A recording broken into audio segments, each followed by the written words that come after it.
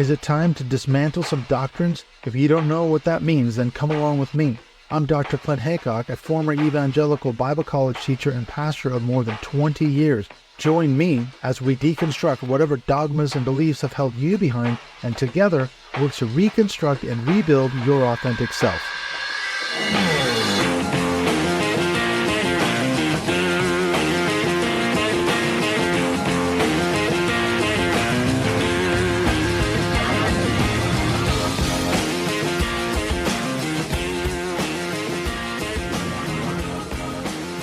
Hey everybody, welcome to this edition of the Dismantling Doctrine Podcast. I'm your host, as always, Dr. Clint Haycock. I'm welcoming you to this really fantastic conversation with my very good friend, returning guest, David Johnson, host, of course, of the Skeptics and Seekers Podcast. We've done a number of episodes recently. If you go over to the Skeptics and Seekers YouTube channel, or you look him up on his Squarespace page, we've done a number of episodes on his Summer of Morality this year.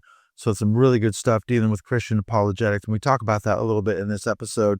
I didn't want to break this up because this is a really good conversation. So I'm putting the introduction here at the beginning. This is a wide-ranging discussion, but we're going to talk about slavery, racism, misogyny, all in the Bible. How does this all relate to the God of the Bible? So this is a good conversation, especially for those of you who are deconstructing, who are maybe questioning your faith. And so this is going to be a really good episode, I think, for you, as well as those who have walked away from the faith and maybe still struggling to put some of the pieces together. So I hope you enjoy this conversation with David. I was just going to say, if you want to email me, my email address is dismantlingdoctrine@gmail.com. If you've got any thoughts, comments, questions about this episode or any other, send me a quick email. I got a couple of emails from some people after the last episode with Mikey Bridges, from some people who grew up like me listening to Christian rock and Christian heavy metal. So I got some really good feedback on that show with Mikey. And in fact, speaking of Mikey, on the 28th of September, we are going to be having him as our first guest.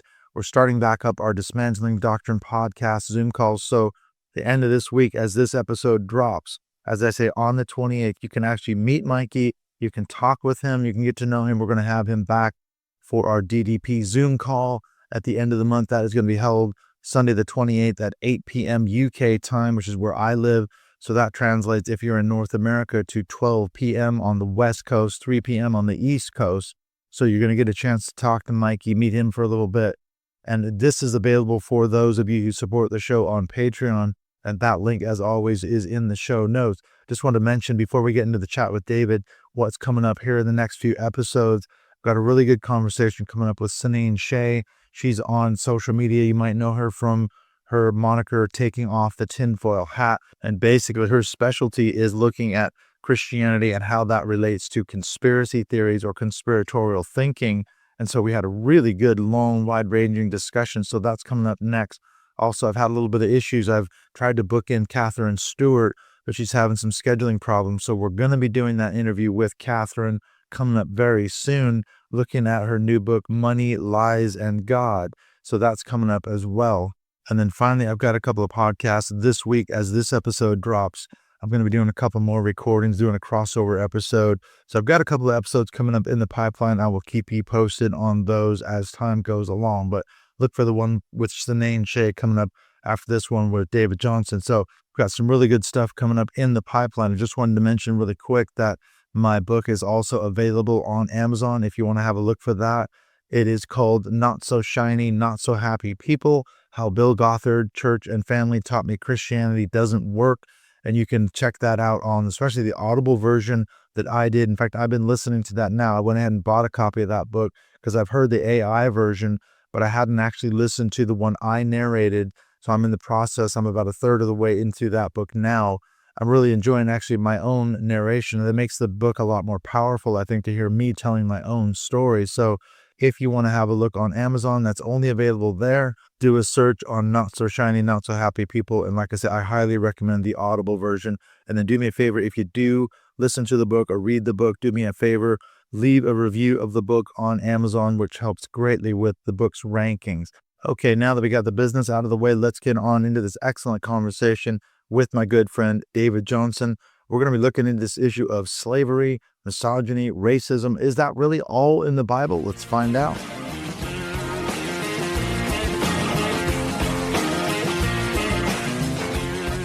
Hey everyone, welcome to the Dismantling Doctrine podcast. I'm your host, Dr. Clint Haycock. I'm super happy to be welcoming back one of my very good friends, a returning guest, David Johnson, the host of the Skeptics and Seekers Podcast. So welcome, David, to the show.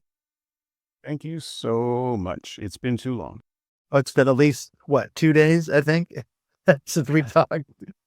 This is way too long. Yeah. So what I'm referring to, if people are interested in hearing me and David do about a 2.5-hour episode, go over to the Skeptics and Seekers Podcast. You can find it on YouTube. And also, I think it's on Squarespace, isn't it? We did a deep dive into, he's an apologist, a Christian philosopher, Dr. William Lane Craig. He was on a show with Alex O'Connor, and he was defending the act of genocide in the Old Testament by the Israelites. And we just tore it apart. And I've gotten some feedback. What have you heard, David, from our show? Have you heard anything back from anybody? Okay, well, first of all, my audience likes you. Oh, good. At least one person out there. Yeah, so that's about my audience. That's not your wife, is it? No, she doesn't care. She doesn't care about any of this stuff. So, no, they always like you when you're on the show, so much so that I'd like you to just be a regular on the show and just be there. I'd love to. Because we, of all the people that I have on the show, and I do enjoy all of the people on the show, you and I have a very similar religious background. True. And it's weird. And so we kind of speak a similar language that a lot of other people just don't get. They don't understand. And so Insider jargon about things.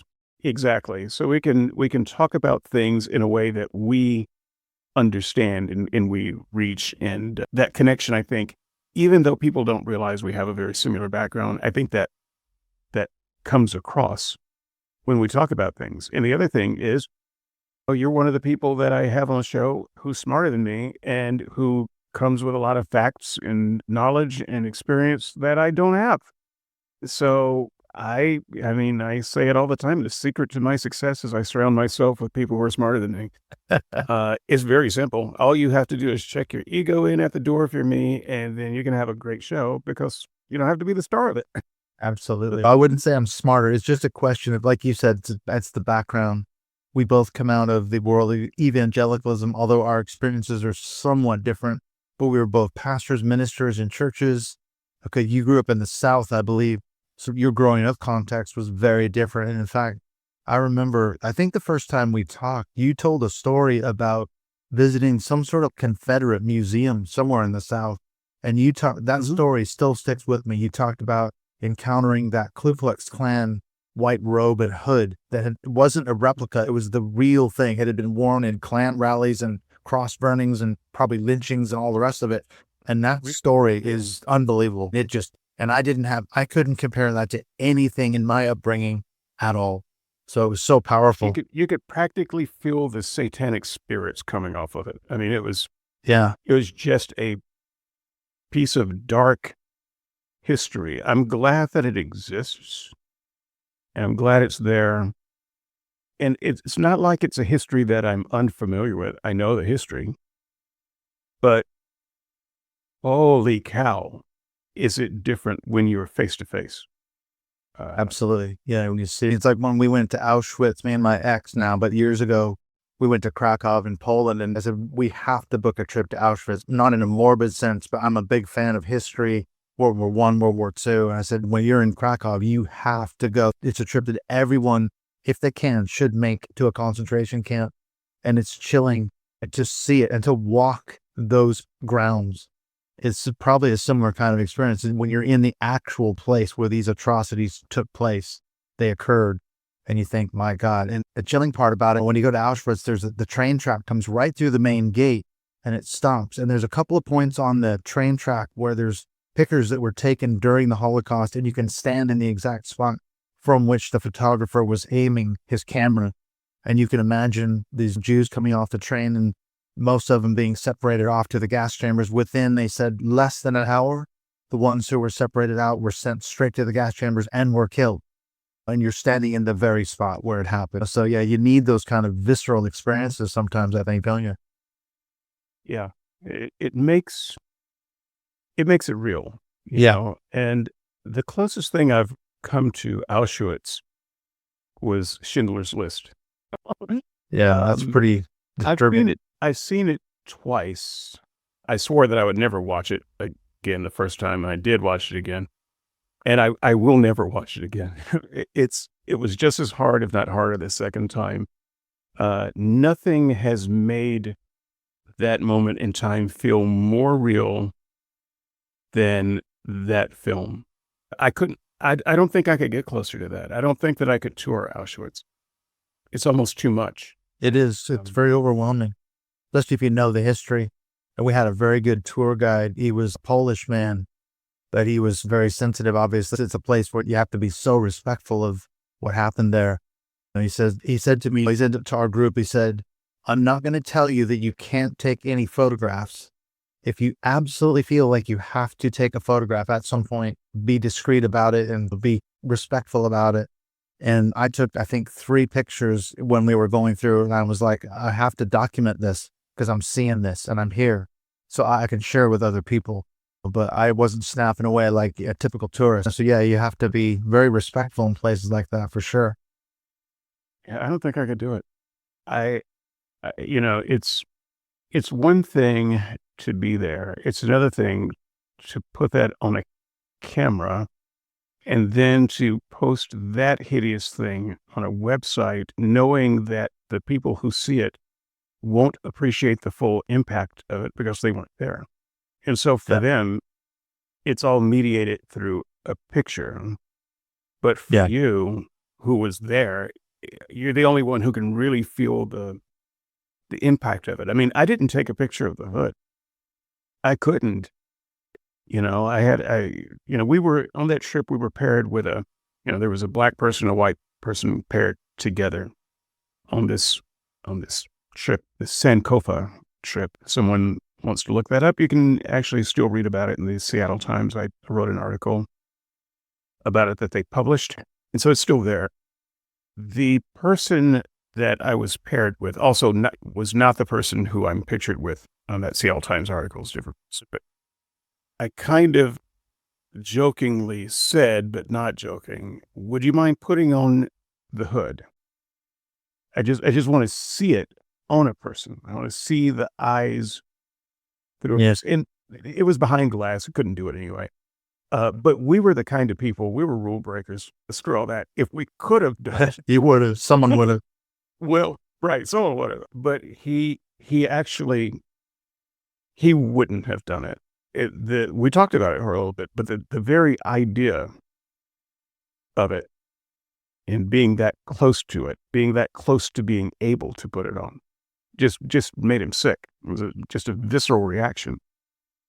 And Yeah. I'm not entirely sure what my visceral reaction would have been, but just seeing the thing, I mean, it makes me talk like a Christian. It was imbued with demonic evil Yeah. of a kind that makes you believe in the supernatural. Yeah. If Which- anything can make you believe again, So that might be it. I know we've talked about slavery before. I was going to say we did at least 1 or 2 episodes, and you sound like you've got one coming up on your show on the Skeptics and Seekers podcast that I'd love to be a part of. But I remember we talked about Doug Wilson. We talked about a biblical defense of slavery and things like that. I was going to ask you a question. We were talking before we hit record. I've been working my way through The Handmaid's Tale. I'm just started season 3 now. And you mentioned this is very hard to watch, especially as a former evangelical. It's very triggering for me too, especially as you see them enacting Old Testament laws to kill people. If you're caught in infidelity, have an affair, you could be killed, and that's according to the law. And what's been striking me about June, the main character of her show, and the name of her character in the show, she has no rights, and it's a completely male patriarchal system. And all of her former background experiences don't count for anything. She can't speak. She has no voice. She has no rights of any kind. And she has instant, swift, brutal punishment if she offers any quote unquote rebellion or pushback. And I was thinking this must be on some level what it was like for slaves in the United States prior to the Civil War. What's your thought on that? This whole thing about white male patriarchy. because slavery was grounded in that whole sort of worldview, wasn't it? Yeah. So in the same way I could never go to Auschwitz, I could never watch The Handmaid's Tale. I watched a handful of episodes and I had to bail. Just It's difficult. could not do it. I don't understand how people watch it. Honestly, it's it is real to me in a way that is hard to explain, probably on a couple of levels. Well, in some ways, it's worse than reality was, because this is a dystopia where we go from where we are today back to that place in the space of a single episode. And so it's not like, oh, women were always under the thumb of some man. It's where we are today, and we go back to that, and you strip women of their rights. And that was part of the reason that's so hard for me to watch, is because it's possible. Even when it first came out, I thought there's a faction of Christian nationalists. I didn't know that term at the time, but that's what they are. A faction of Christian nationalists who fantasize about bringing back that kind of thing, who look at The Handmaid's Tale and see it as instructions on how to create a society. Yeah, how to create a theocracy. Christian Reconstructionists, they would say we want to institute the Old Testament law in modern day society. And that includes stoning and all the rest of it, which is in The Handmaid's Tale. Right. They want that so much because they would be kings in that society, like Exactly. were before. And as it relates to race, same thing. You can't go back to pre-women's suffrage without going back to Jim Crow. It would be a weird society to regress it on women's rights and keep Black people as equal and full citizens, because you have to know that these Christian nationalists are also bigots. They're not just misogynists, right? And so do it with women, and women are fully 50% of the population. You can do it with 1/2 of the population. Think about how easy it would be to do it with 13% of the population. I don't want to appropriate that story of the women in Handmaid's Tale, but I can't watch it without seeing the broader picture of what that would mean to me. In that society, I would not have any power. I would be pulling the plow. So. Yeah, it's true. It's very deeply disturbing. And like you say, it's triggering. It's been hard to watch. I've had to struggle to make it through the first 3 or 2.5 seasons or so because of the very same thing you're talking about. It's wow, to see this and then compared to current events. As you say, these Christian nationalists in America right now, they're on the way to establishing Gilead. They've criminalized abortion in a number of states, and they're working to make it illegal across all 50 states. And in the ones that are already is illegal, they're making it even more draconian, implementing policies outlined in Project 2025. And so they're already doing it. And they're now taking aim at LGBTQ rights, which is another big piece of The Handmaid's Tale. Anyone who's a gay person is labeled a gender traitor, and they're ostracized or killed and hung from the walls. So this is exactly the trajectory we're on right now in Trump's America, I think. Yeah. So when we think about the people who would suffer in this eventuality, which is possible, and I think we're taking steps toward it right now. So this is, once again, it's not just a piece of fiction to me, but the obvious people aren't the only ones who would suffer. So if I recall correctly, in the very first episode of The Handmaid's Tale, there was the supervisor, the boss, who had to basically fire all the women. Yeah. She worked as an editor, like a book editor. Right. Exactly. He didn't seem like a bad guy, did he? But guess what? When that kind of political structure is in power, say like communist China, even if you are of the party or you are of the race that, say Hitler's Germany, you're on the team that's okay. You've got to support that shit Yeah. or else you end up on the chopping block, you and your family as well, because then you're a traitor to the state. And so someone like you, in some ways, might have it worse Mm-mm. because you would have to make the decision to subjugate women and blacks and gays so that you can, stay alive, or you can speak out and end up on the wrong side of that government. And then you would be treated probably almost as bad, if not worse, as the people you were defending, because you would be a traitor. Your Absolutely. voice would have to be silenced more than any other voice. Mm. And so anyone who does not sign on to that type of thing, they would be in danger too. And so you just have to make that impossible decision of, okay, do I play along with this and spare my life and my family? Or do I put us all on the chopping block? You see, for me, I wouldn't have that. I wouldn't have that option. I'm dead anyway. So, I die and go to Shangri-La. You have to live long enough to see yourself become the enemy. That's a chilling thought, isn't it?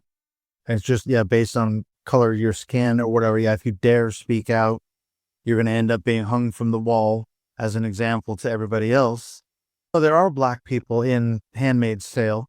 They're not necessarily leaders, but I don't think it's a racist state in that sense. Maybe I'm speaking out of turn here, but it's not like they're not treated exactly the way women are. You know what I mean? It's a strange sort of distinction there.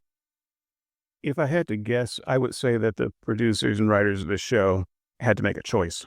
Right. Because they couldn't do everything. And so they wanted to tell a story about the subjugation of women.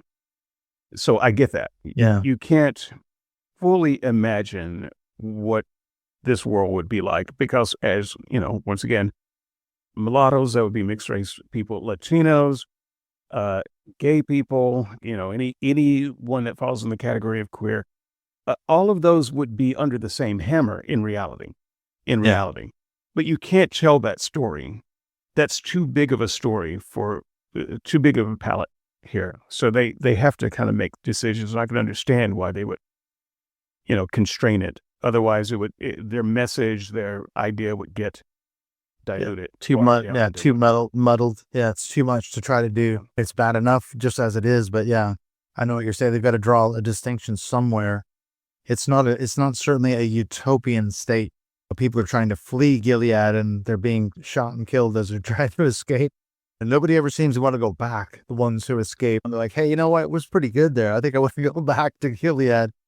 And it's like people who fled communist Russia or Soviet Union back in the day. They didn't say, wait, I want to go back. We had it pretty good back there. And even now, Putin's Russia is not great, is it? Well, I mean, if you want to regress this all the way back to the Bible. Oh yeah, let's go back. Which is where a lot of this would come from. We can go back to the Jewish people fresh out of Egypt, Moses, Jews, Joshua's Jews, where God is giving some of just the most awful commands. Imaginable. Fiction. So that was a little bit like that. But once again, this wasn't a regression for them. This is just how they were. But women in that society, it's hard to imagine how there could have been any actual joy, fulfillment among women in that society. They were property. Slaves had to become property. You had to become enslaved. If you're born a woman, you were always a second-class citizen, if indeed you were a citizen. All of the laws were about men. One wonders if a woman could have even broken the Jewish law because it wasn't her. The land grants weren't about her. Women didn't own land. She was married to someone who owned land. And if that person dies, then all of that goes to, that person's brother, including her. Yeah, she might have to be married to him. No, not Mike. Oh, she would, yeah. Love her along. Yes. before she was married, she's the property of her father.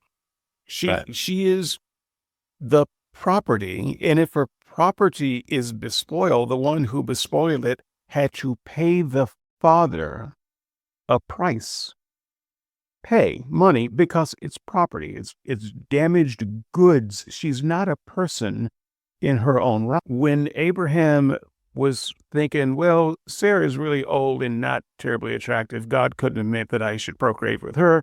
So Sarah says, yeah, here, take the maid. Yeah. The maid did not have a say. She was a slave. Okay. This was not like a hired maid. She was just a slave. You go over there to Abraham. He's going to have sex with you and you're going to have a baby. That's what it was. There was no consent. If she had said no, they would have probably killed her and just gotten another servant, right? That's what women were from birth. They were that in their father's house. And then the only way to get out of it, it's not like they could just say, I want to go out on my own. No, not in that society, you know. So the best you could do is get married off. Hopefully it's not some brute, but if it is, screw you. Yeah. Nothing you can do. Men could divorce women, but I see absolutely nothing that allows, for instance, women to divorce a man. Yeah. Absolutely. In the 10 Commandments, thou shalt not covet thy neighbor's wife. Because we're talking to men. We don't even give a crap whether women covet your neighbor's husband. They don't have a choice anyway. They're not mentioned in the text. It's not even worth it about. Right. Right. And even in that passage where thou shalt not covet thy neighbor's wife, it actually goes on to become awful. You know, his wife or his property, you know, his goats. It just goes on to list a bunch of things that belong to the man. So she's literally in the list of belongings with the goats. Goats, sheep, cattle, and a wife. Right. That's right. That's what she is, though. Yeah. She's just a part of the estate. So, and then in that law, you could, let's say you've got one of those daughters who's unmarriable, you know, for whatever reason, or maybe you just need the money. You could sell your daughter into slavery. And let's just be clear, women's slavery is sex slavery. Yeah, it has to be. That's just what it is. It's what it is, because the person could take that woman's slave and give it to their son as a wife. You know, it's, once again, we're not talking about consent. She's a freaking slave. She's a sex slave. Okay. Sure, she'll also have to do the laundry, I'm sure. But she doesn't have any consent or say over her body. Now, this is a person who belonged to her father as property. Her father made a transaction and for a sum of money sold her to some other man who can then pass her down to their sons for eternity. For men, there was a loophole or two where they could potentially get out of slavery. A woman was a slave for life regardless. Doesn't matter if she was Jew or Gentile. It doesn't matter if she was highborn. She is a slave for life once she is sold into slavery, you know, by her dear old Father of the Year. Hope he's not winning Father of the Year awards. But I was going to say that the description you just put out there, that is where the Handmaid's Tale title comes from. I'm sure people who watch the show have figured that out by now, but every time the head of the household basically rapes the handmaid, which is non-consensual sex to impregnate her because his wife can't have a baby for whatever reason, she's supposed to be consenting, but she doesn't. There's nothing she can do about it. Absolutely nothing, like you said. And the show is fascinating because it explores the psychology of these women. Like you said, they had lives before it all collapsed. And then this theocratic Gilead kingdom came along and they were supposed to be okay with just being handmaids and having no rights and being raped once a month until they get pregnant. So it's crazy to think about that from the victim's point of view, which is like you're just describing. The Bible doesn't talk about that. What did these women think? What was their perspective? We don't get any of that. It's quite horrifying when you lay it out like you just did. And when you see a woman in the Bible who is either villain or a hero. You can't help it for her. So, for instance, a Jezebel. Go Jezebel. That's what I have to say. You're a Jezebel supporter, are you? I am. You guys, she has found a way to get some kind of agency in that society. I can't condemn anything that she says, does, or thinks because she found a way out. Another one would be Deborah, the judge. Isn't that a Deborah? Yeah. I think so. In the book of Judges, yeah.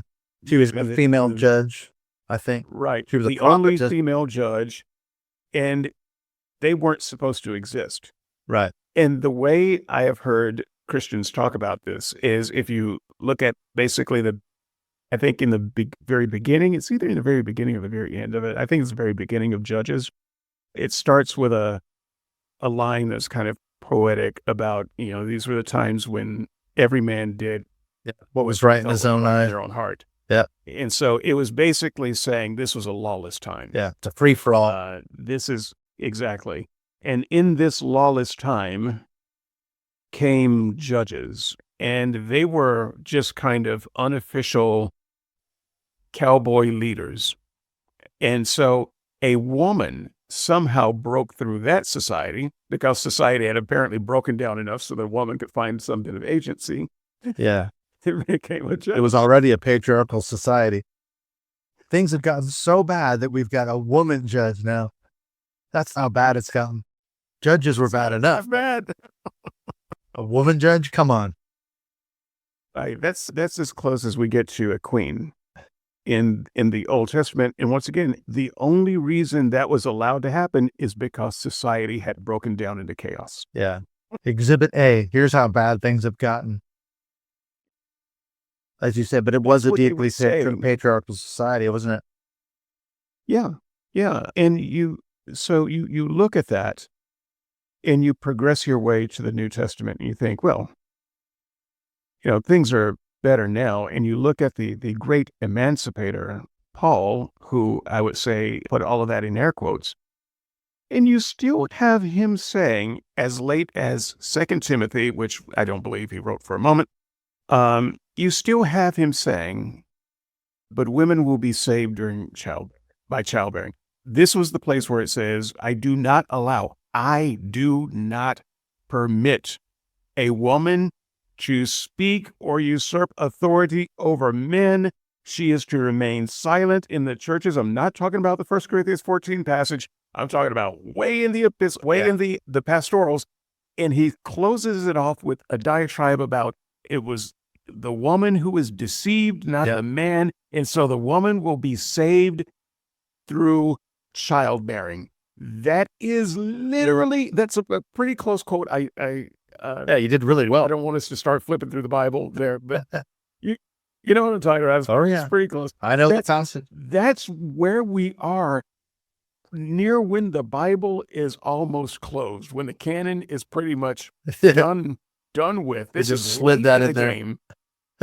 And this is still how they thought about women. So whatever you think about the great emancipator Paul, you're going to have to work with this passage in Timothy. I said 2 Timothy. It was, I don't remember his first or second now, but it's chapter 3, around 16-ish thereabouts. So 16, 17, 18 in there. You did pretty well. So that's what you're working with in the new covenant. They had not really advanced that much from selling daughters as slaves to I do not permit women to have authority in the church. Yeah. This is why organizations like the Southern Baptist Convention is still debating and splitting over the issue of women leaders because they still say, women should be barefoot and pregnant. Yep. And I remember when I was an evangelical, a pastor, a Bible college student, that very passage, that's one of those quote unquote problem passages, isn't it? Where for Christians, they have to defend it or excuse it, explain it somehow.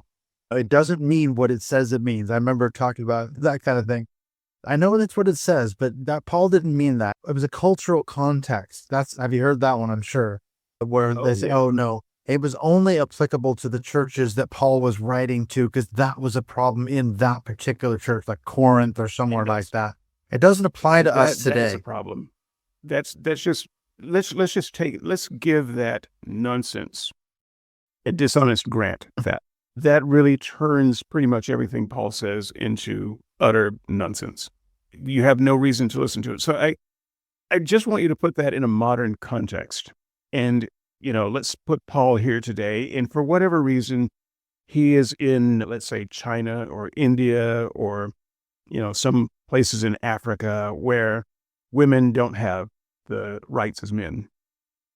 What you would expect Paul to say is, yes, but in the Christian community, the women have equality with men. That's what we would expect Paul to say in this day and age, no matter what culture he was in the current times.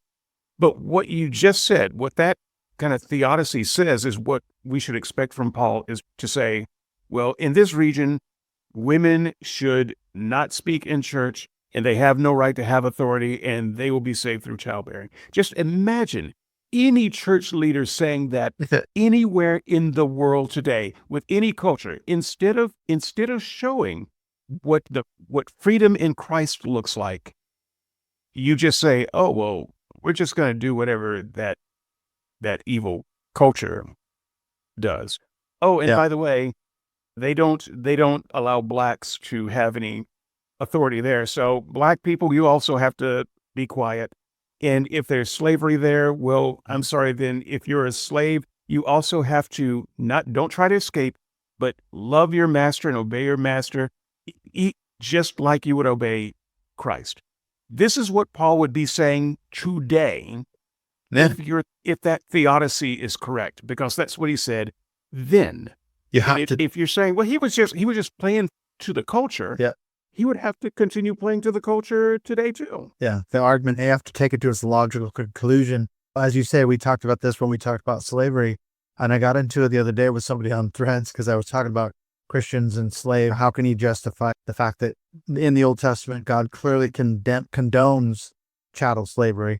And he trotted out the classic argument. It wasn't chattel slavery, it was indentured servitude. And Paul he spoke out against it. I was like, whoa. Oh, no, he didn't. And then this guy responded. So he couldn't have. That was the other argument. He couldn't have because it was the context of the Roman Empire where slavery was legal. And you could apply the same thing to your argument about women. These women were out of control. He was just trying to calm the situation down, again, in the cultural context of his day. But why didn't Paul take a stand against slavery, champion the rights of women, and say, no, women can be pastors and leaders of churches, rather than, no, they can't even speak in church. They've got to be quiet, and ask their husbands at home after the service, hey, honey, can you please explain to me what the pastor was talking about? Because that's essentially what Paul says, isn't it? Right. So instead of Paul being a doctrinal teacher, he's a cultural accommodationist. Mm-hmm. But you see, the thing is, if Paul was going to be a cultural accommodationist, he should have also said, oh, and by the way, homosexuality is okay too. Because that was true in the culture as well. Sure.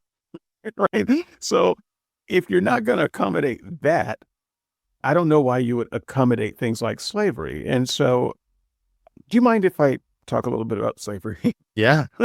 Can I say some things? Absolutely. You've triggered me. Uh-oh. Okay. I didn't mean to. You knew better. We've done shows together before. Oh, I never know better when I'm talking to you, dude. Not on me. Oh, okay. You're going to blame me for it. Okay. You go ahead then. Yes, sir. Yes, sir. This is why I have fewer and fewer co-hosts. It's always there. Okay. They should know better.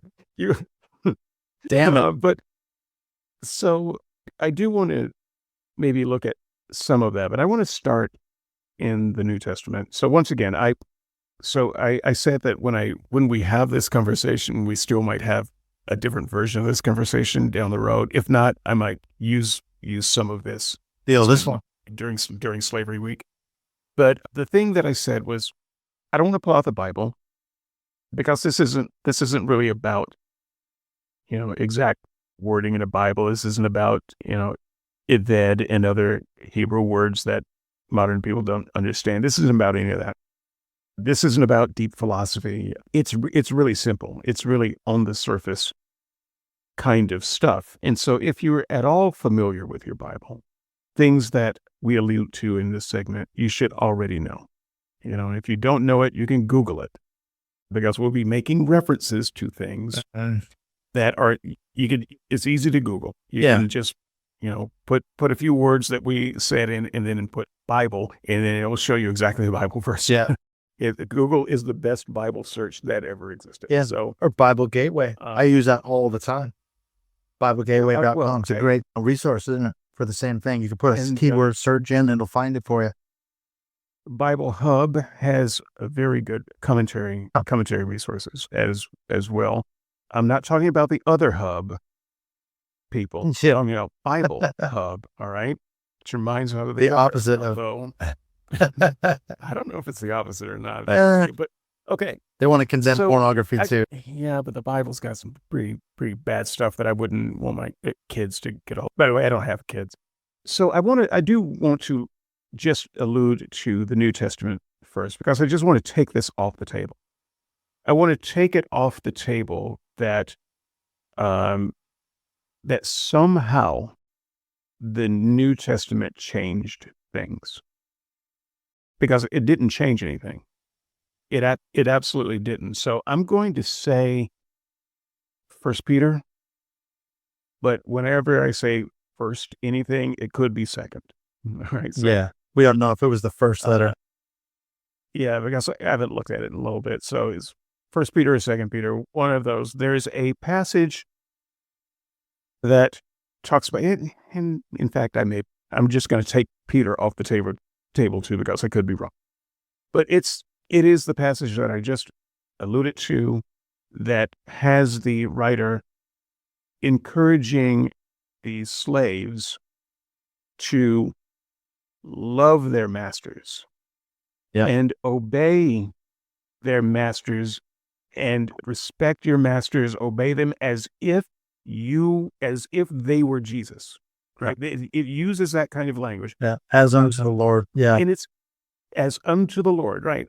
And already that's a weird kind of phrase. You don't today, you wouldn't say, I want you to obey Clint like you would obey God. Cast your affections on Clint as unto the Lord, right? No one was, and he's a very good guy to follow. But let's not take it that far. You wouldn't say it about anybody. That's the thing. You would never say a thing like that. That's a bridge too far. And yet, right here in the text, already you kind of have a little bit of a problem. It's an Ephesians 6 problem with a women obey your wife as the Lord. Yeah, submit your husband. That's unto the Lord. Exactly. That's the one. And so this same thing was said of slaves. That same thing was said of slaves to submit to your masters and obey your masters. But it says, not grudgingly, but out of a genuineness as for the Lord. This is a long ways from, if you see a chance to run like hell. That's not what he's saying. Take it. He's not saying get out of slave. No, you don't escape from it. You should be content with your situation, not just content, but embrace the situation, embrace your master. And it's even somehow more righteous if it's a cruel master and you still do your duty as a slave. This is New Testament teaching on slavery. And so the idea that somehow slavery is just some kind of negative system, they saw it as being anti-image of God or whatever, is absurd. This is apostles at the highest level saying, embrace your slavery, brother. Embrace it. And whether the master is good or cruel, with genuineness of heart, submit to your master as unto the Lord. I can hardly think of anything in the past or present that is more obscene than that. But the Bible has a lot of. I'm sorry, just to pin it off. Yeah, finish it off. A lot of bad things to say about slavery, but this is one of the worst. I would put this one at number one in obscenity. I was going to say, if I'm going to play the role of Christian apologist, I want to be the Dr. William Lane Craig The counter argument, though, David, I'm sure you must have heard this, is that the book of Philemon is your answer, because Paul couldn't speak out against the evils of slavery in the Roman Empire. There was nothing he could do to change it. This is the argument. So you have a book like Philemon, and you've got this runaway slave Onesimus who flees, and rather than tell him, hey, keep going, bud, get the hell out of here, he sends him back to his master. Paul sends him back. But this is the key. Philemon is also a Christian, and he owes his very Christianity to Paul. Paul's the one who led him to the Lord. And so he says, look, welcome Onesimus back, not as a runaway slave. Don't beat him, which would be the legal thing to do. But he says, welcome him back as a brother in the Lord. And see, if people just became Christian, David, eventually the evils of slavery would die out. It would fade away. But that's the best Paul could do. Have you heard that argument? I'm sure someone must have said that to you at some point. Of course. It's a time-worn argument. Yeah, well, it's a bad argument. And I could go into, probably a dozen reasons why it's a bad argument, but I'll just stick with this one. Onesimus was still a slave. They didn't change his status. Yeah, his status of slave had no change. And in fact, Paul didn't say to Onesimus, oh, good, I'm glad you escaped, brother. Let me show you where to go, where you can hide out. Yeah, let's get you on the Underground Railroad. Don't believe in spades. Right. No, what Paul said was, I'm sending you back. You're going back. That's Paul. So I don't, it doesn't really matter what kind of theodicy you invent from that. At the end of the day, Onesimus was on the run. He was free. He was stopped by Paul and sent back into slavery. Yeah. But to a Christian master. What about that? Philemon was a Christian. That makes it so much better, doesn't it? That salvages the whole theodicy, doesn't it? It saves it all. Yeah. Once again, later than that story, we get an apostle telling slaves to honor their master. And by the way,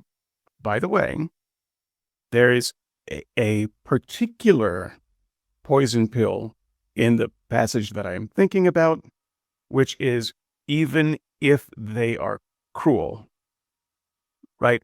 You mentioned that. It wasn't just obey good masters. Now, let's say that Philemon was a good master and he only beat a slave a little bit every now and then.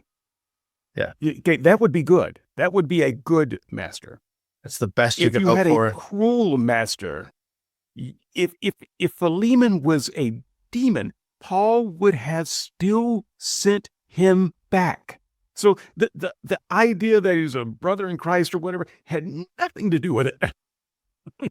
Because if it had been a different situation, the slaves were already told, doesn't matter whether your treatment was good treatment or bad treatment, you still have to serve and obey and honor that person as to the Lord.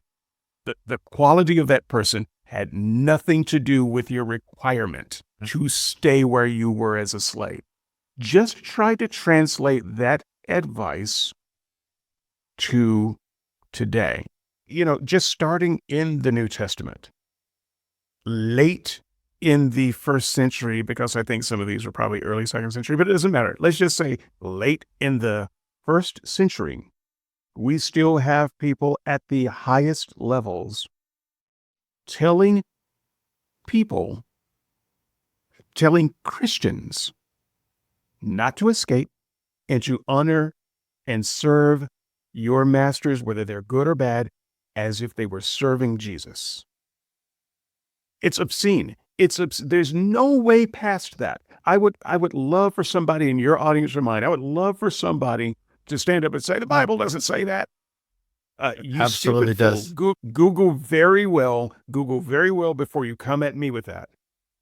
Yeah, check your sources. That's not gonna. Yeah, that's we not used gonna to end be well. pastors, and we preach this stuff. Yes.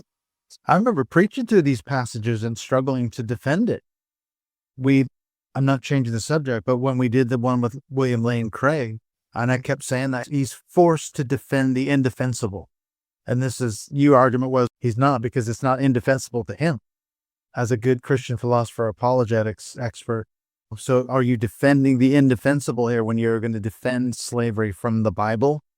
That seems pretty indefensible to me, but yet they do. So it is not a change of subject, but I do want to talk about how we did defend it or how we view those passages. But I just want to bring up a couple of one or two more things, not a whole thing, just one or two more. So I started in the New Testament simply because Christians believe that there is some kind of magic there's no dispensation. escape. It's actually worse in the New Testament because that's where you're expecting to find the escape hatch, and what you actually find is the iron door slammed shut in your face.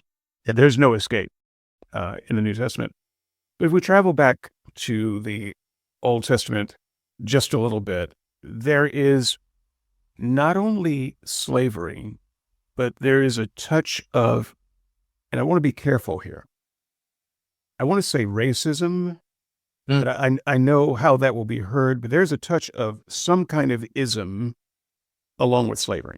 Nationalism, because you see, there was a difference in treatment between Jewish slaves and foreign slaves.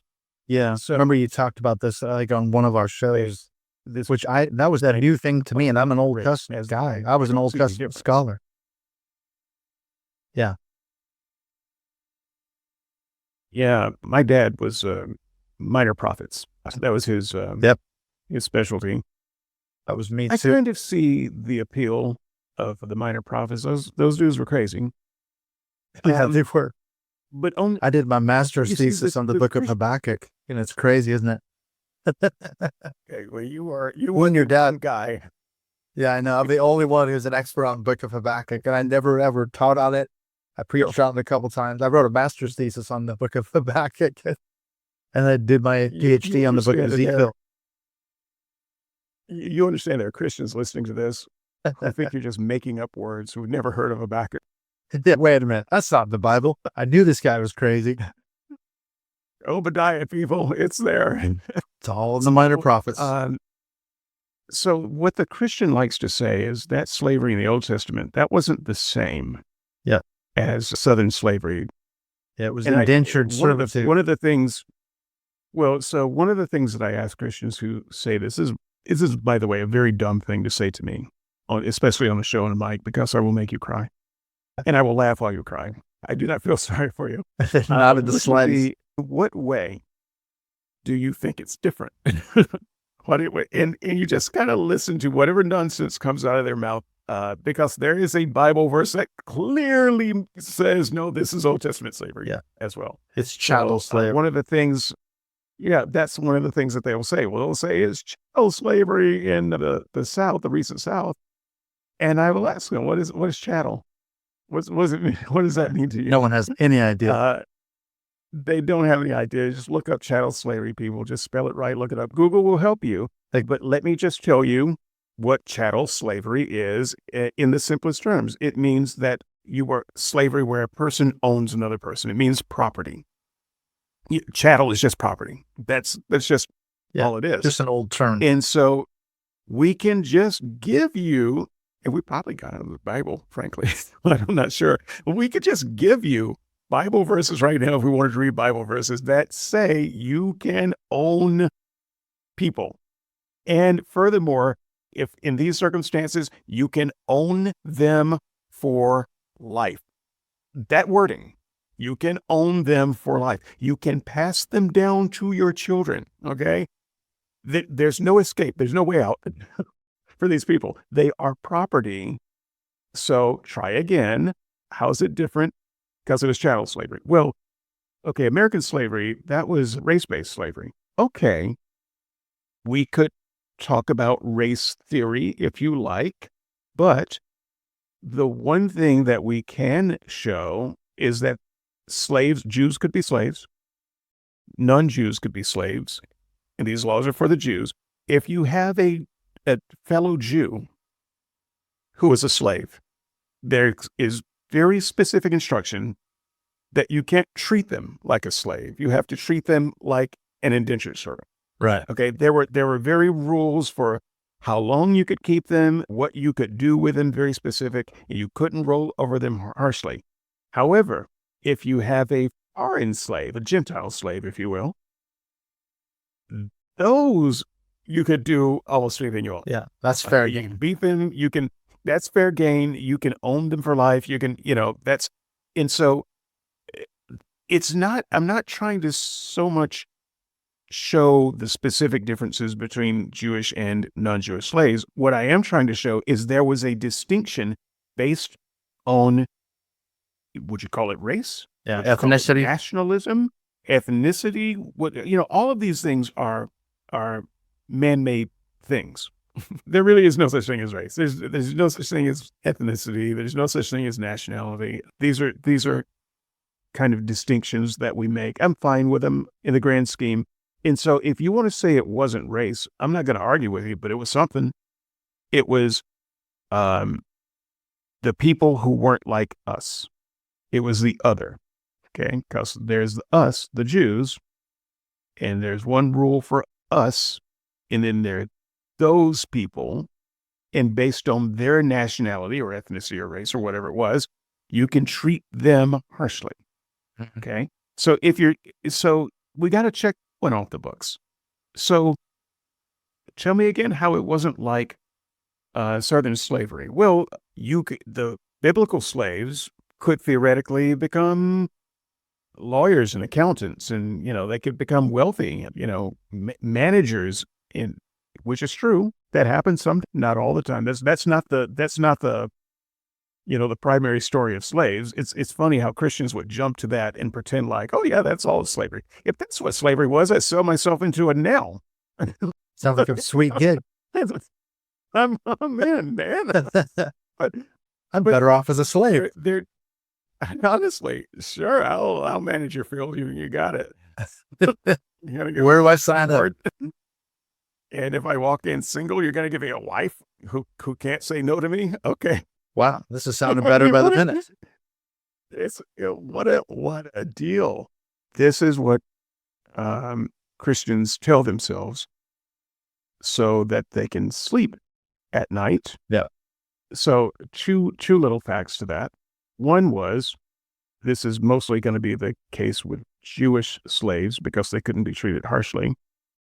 And Jewish slaves had an exit.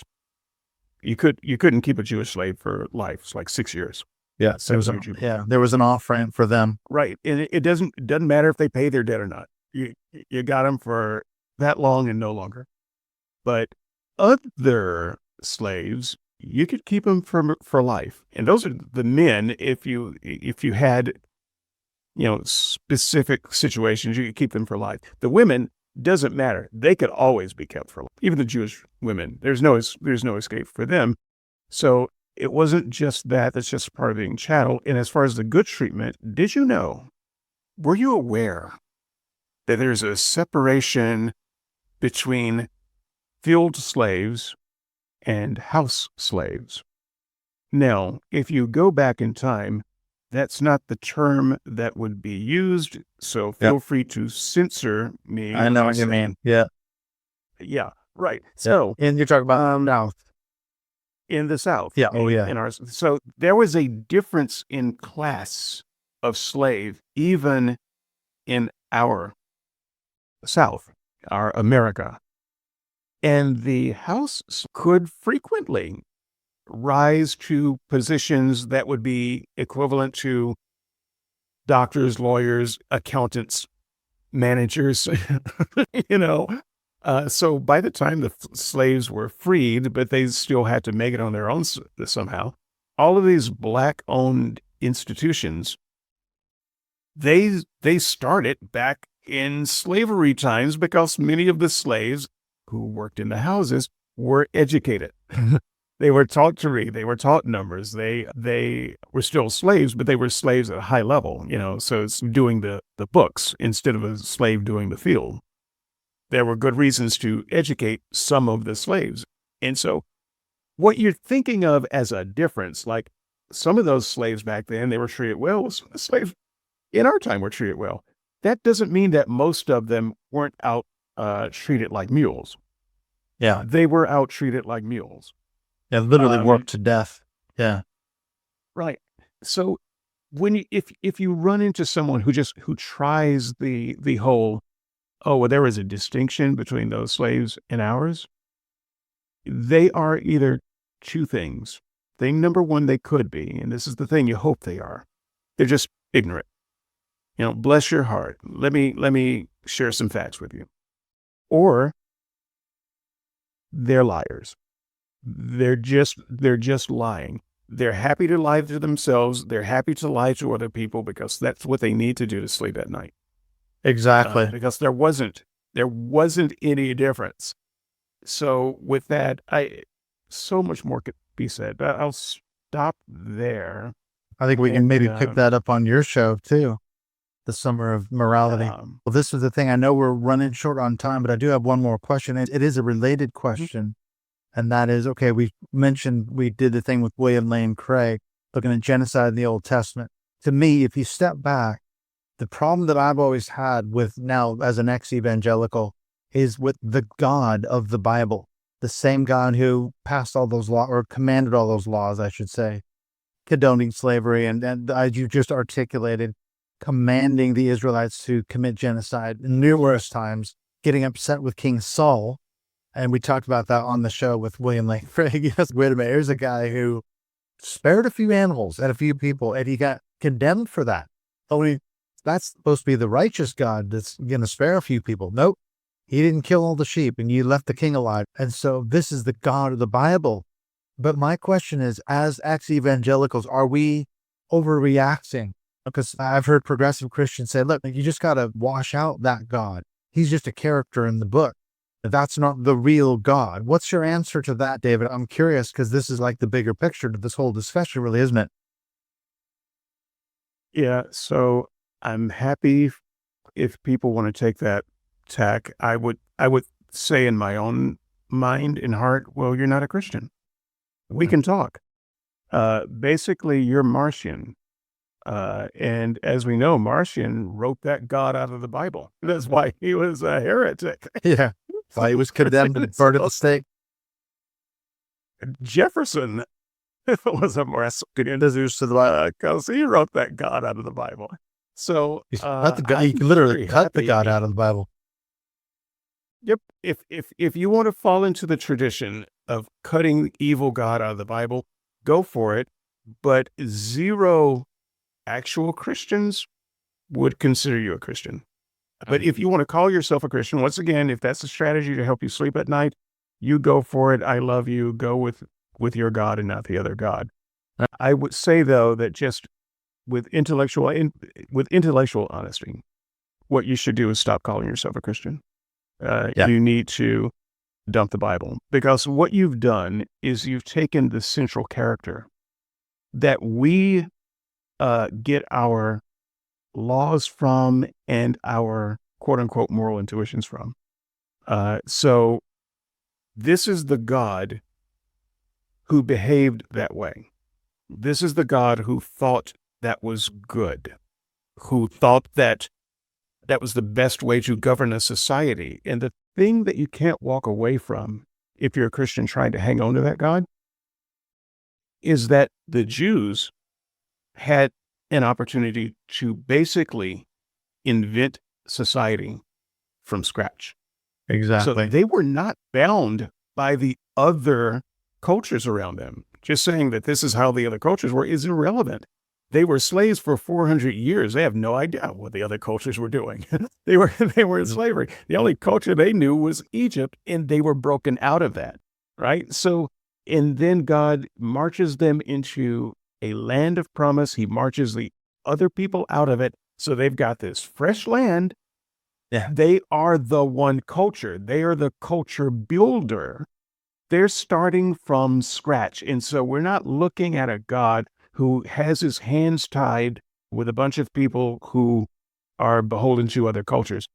They are their own people in a land that flows from milk and honey. The virgin culture, a virgin society, God could have made it any way he wanted. And what he did from there is institute slavery. You can't, it's, once again, I can't overemphasize this, Clint, and we can't allow ourselves to underemphasize it either. The fact that slavery existed all over the world at that time is irrelevant. Yeah, Because the that's the Jewish argument. people didn't live in any of those places. The Jewish people, in fact, were a separated people. God didn't even want his people going into those other places, marrying those other women, much as eating with those other people. They were a separate and cut off people. Yeah. God invented society from scratch, and what he invented was a form of slavery that he wanted. This is not something that his hands were tied with. He wanted it, because if he didn't want it, it wouldn't be there. Yeah. You could also say that all of the other societies worshiped idols. Yeah, guess what? The Jews didn't worship idols and live. All of the other societies ate shellfish. Can't eat shellfish and Can't have a ham sandwich. Culture. Can't do that. You can't wear really fabulous clothes. Yeah, if they're woven of two fabrics. With more than exactly. And so God made fresh laws for a fresh people in a clean society from the ground up. And you know what he put in there as one of the foundations? Oh, and by the way, it's okay to own people. And let me tell you how. Yeah. And as you said, you cannot distance God from this. Yeah, and then, like I said, a deeply patriarchal society, in addition to the slave owning, as you described earlier, if you were a woman in that society, you were just a piece of property. And my argument, too, is I did a whole episode on something like, so you want to live in a theocracy, eh? Let's just see how examples of theocracies have worked out in the past. And my first argument is what you just articulated. Exhibit A are the Jews in the historical narratives of the Old Testament. If it was such a great and wonderful utopian society, which you just described, in theory, God could have built this fantastic society. Why were the Jews constantly rebelling, sinning, breaking the law, breaking the covenant, and having to be punished time and time and time again by this angry God who's getting more and more angry to the point where he sends them off into exile, destroys Jerusalem, thousands, millions of people are either enslaved or killed or put in exile? Wait a minute. Where's the utopia? If it was so wonderful, then that's not what we read about in the history of the Old Testament. The Jews did not. In fact, they did everything they could do to break away. We want to be like the other nations around us. They have it better than we do. And God's constantly punishing them for that. And it's like it's the abusive partner sort of syndrome. You're constantly punished and punished by your abusive partner. And yet he turns around and says, you must love me, obey me, worship me, and serve me in return. And if you don't, I'm going to punish you, and I'm going to send famines and droughts and foreign armies to destroy you, and that's what's going to happen. And that's what did happen in the Old Testament. So yeah, I'm just piggybacking on your argument. It wasn't a utopia. I often ask people who seem to want a utopia, who are railing against the secularism of today, and I just ask them, okay, Mr. or Miss Christian, name one society in the past, one Christian society or God-run society that you think is a model that you would want to go back to, that you would want to live in. Just name one. Exactly. No one has ever named one, and they certainly don't name any society from the Old Testament. Yeah. Nobody wants that. Exactly. Nobody wants that. You don't want to live in Calvin's Geneva. That's one of the clearest examples of a theocracy in quote-unquote modern times, isn't it? Cromwell's England, the Spanish Inquisition. When the church actually does run the state, it is a horror show. It's Gilead, going back to our Handmaid's Tale metaphor. That's what happens. I mean, Constantine's Rome? Yeah. Maybe. I mean, if I had to pick one, I think that Rome may have had the best shot. Yeah, but even then, as soon as the church got in power, they started persecuting quote unquote heretics. So if your theology didn't line up, like you said, Marcion or some of these other Arius or some of these other heretics, you could find yourself being burned at the stake, or at least exiled. At the very least, you could be exiled and disfellowshipped and all the rest of it.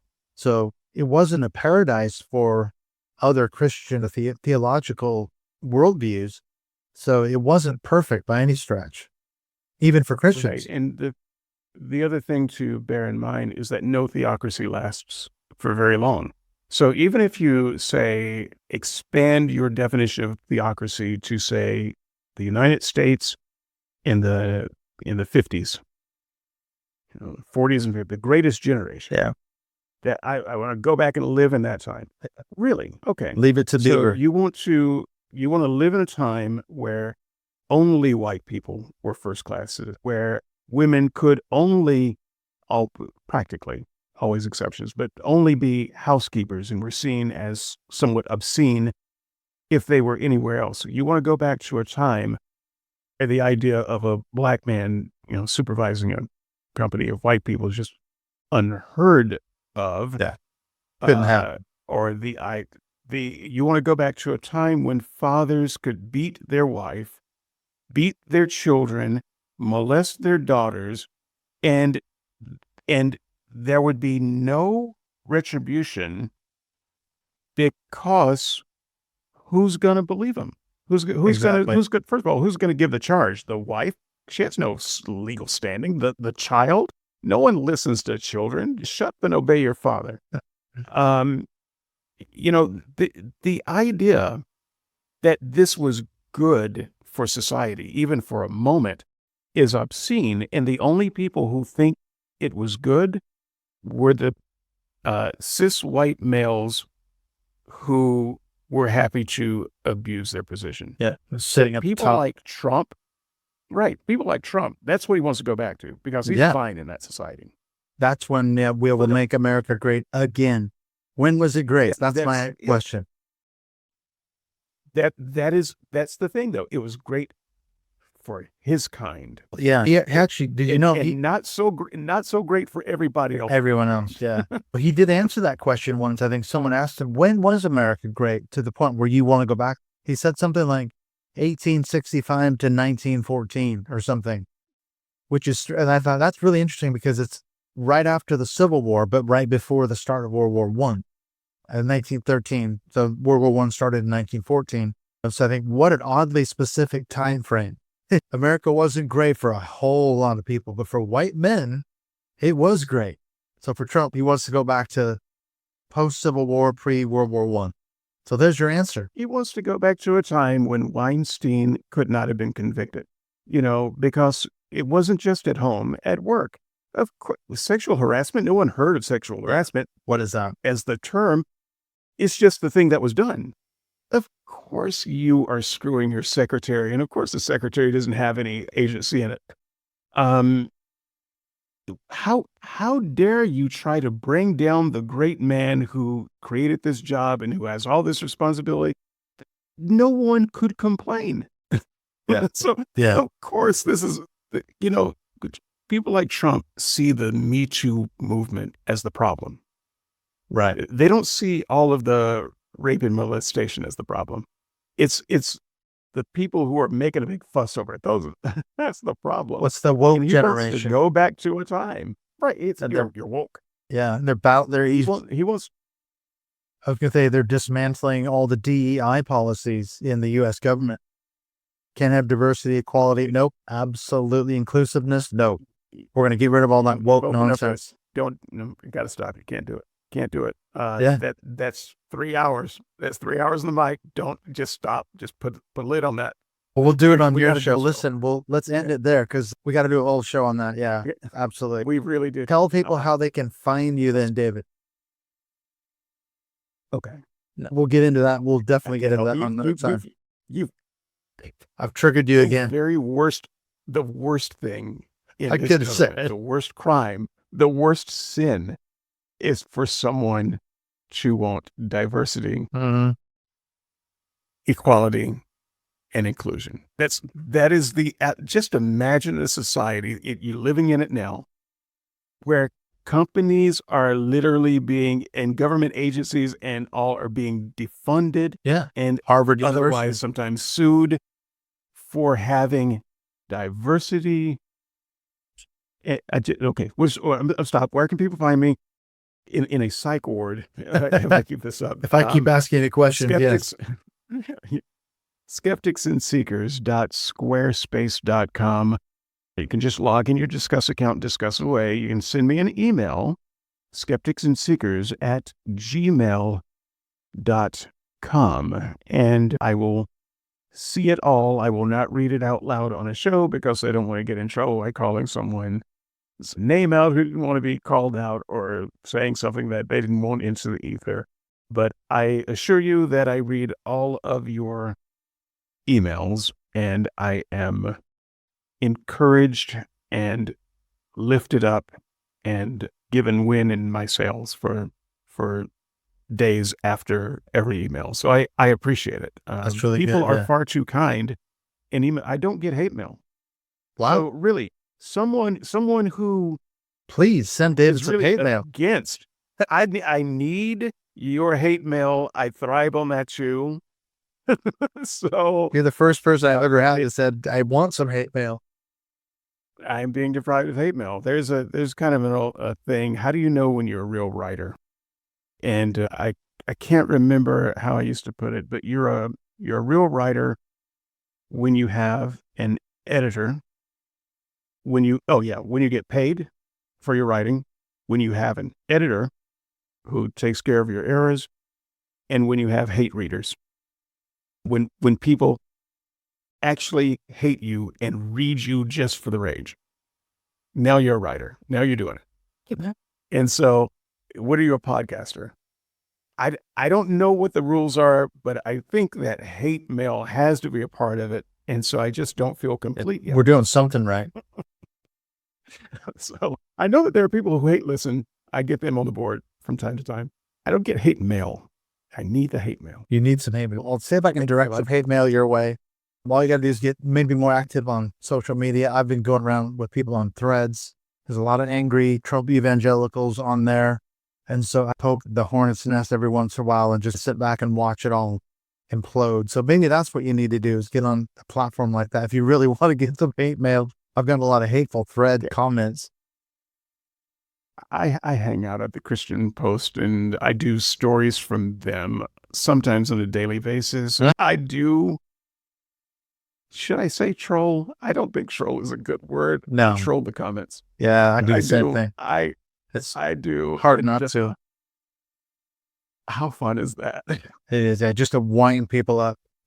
I was going to say too, I mentioned earlier in the show, please head over to the Skeptics and Seekers YouTube channel, because there's a really good conversation that David and I had not long ago. Of course, this recording won't drop right away, but you got to check this out. We did a fantastic takedown, I think, of William Lane Craig, and it sounds like we're going to do some more stuff. And it was the best takedown of William Lane Craig. I'll just tell you that right now. It was really good. I really enjoyed that. So we're going to do some more stuff, and then we'll see where it goes. I haven't lined up someone for the main show that week. I do have the video though, and so I won't spoil the video by saying what it is we're going to do, but I will spoil it a little bit. It's not a Christian. Ooh. The video that we're going to do is actually someone who does this biblical slavery apologetics better than me. And so for the first time, I'm going to do a video on someone that I actually agree with. And I haven't invited anyone to kibitz that show, but I feel like I need to give you the first right of refusal to be on that show. And here's the thing. I'm not going to platform a bigot. Yeah. Not on this subject. So, but this person does a really good job of going through all the arguments. And I just want to kind of talk to someone through those arguments, because we all, especially you and I, we have our experience through those arguments as the one making the arguments in apologetics. Yeah. We've been on that. And so I would love it if you would. Yeah. So I'd love it if you'd be on that show that's coming up in a couple of weeks. Yeah. And so, I'd love to. I'm going on vacation, but I think as soon as I get back, it sounds like about the time you're going to be doing that show. So we'll discuss dates, but thank you so much, David. As always, I've learned a lot. You said I was smarter than you, but I don't think so. We just have different experiences. That's what it is, and different backgrounds. I always learn stuff when I have you on the show. So I really appreciate it. And we will definitely do this again, if not here, over on the Skeptics and Seekers show. So thank you so much, David. All right. Thank you.